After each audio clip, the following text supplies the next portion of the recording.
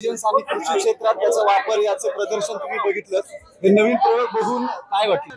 पहिल्यांदा देशाचे कृषी मंत्री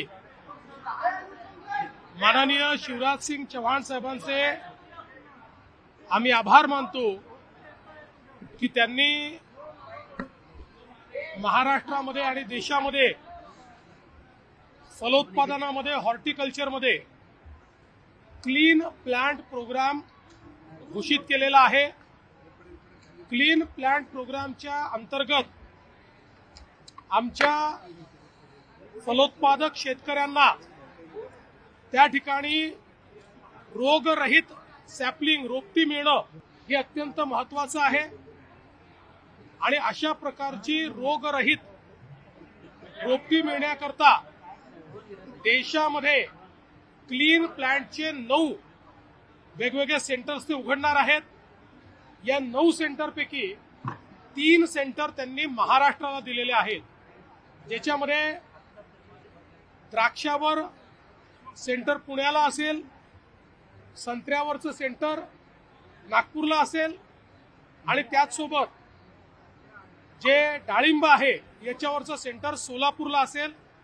प्रत्येक सेंटर करता 100 कोटी रुपये ते देणार आहेत आणि त्यासोबत मोठ्या प्रमाणात नर्सरी सुरू करण्याची घोषणा त्यांनी केली आहे।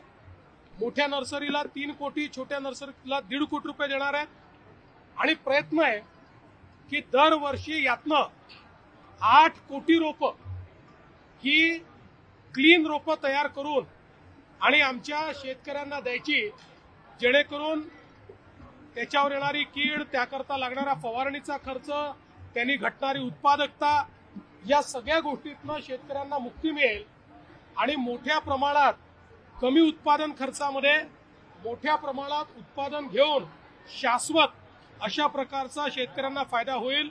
आणि म्हणून एकूण 9 पैकी 3 म्हणजे 1/3 सेंटर्स हे एकट्या महाराष्ट्राला दिल्याबद्दल मी माननीय शिवराज सिंग चौहान साहेबांचे मनापासून आभार मानतो। आज पुणे इंटरनॅशनल ॲग्री हॅकेथॉन ही एक अतिशय चांगली स्पर्धा या ठिकाणी आयोजित केली होती। त्याच्या बक्षीस वितरणाकरता माननीय शिवराज सिंग चौहानजी आणि अजितदादा आणि आम्ही सगळे या ठिकाणी आलो होतो। अतिशय चांगल्या संकल्पना यामध्ये पाहायला मिळाल्या।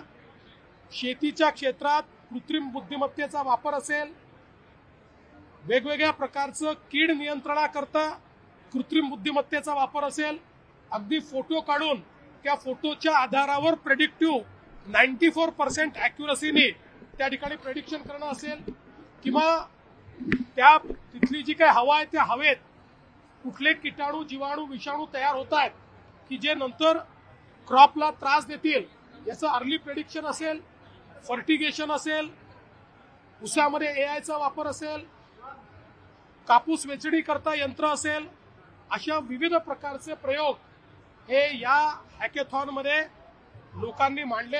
आम्ही घोषणा केली आहे की याच्यामध्ये जे काही आज वेगवेगळ्या प्रकारचे प्रयोग आले आहेत त्याच्याकरता एक इन्क्युबेशन सेंटर आम्ही सुरू करू आणि यांना प्रॉडक्टपर्यंत इन्क्युबेट करण्यामध्ये आम्ही मदत करू।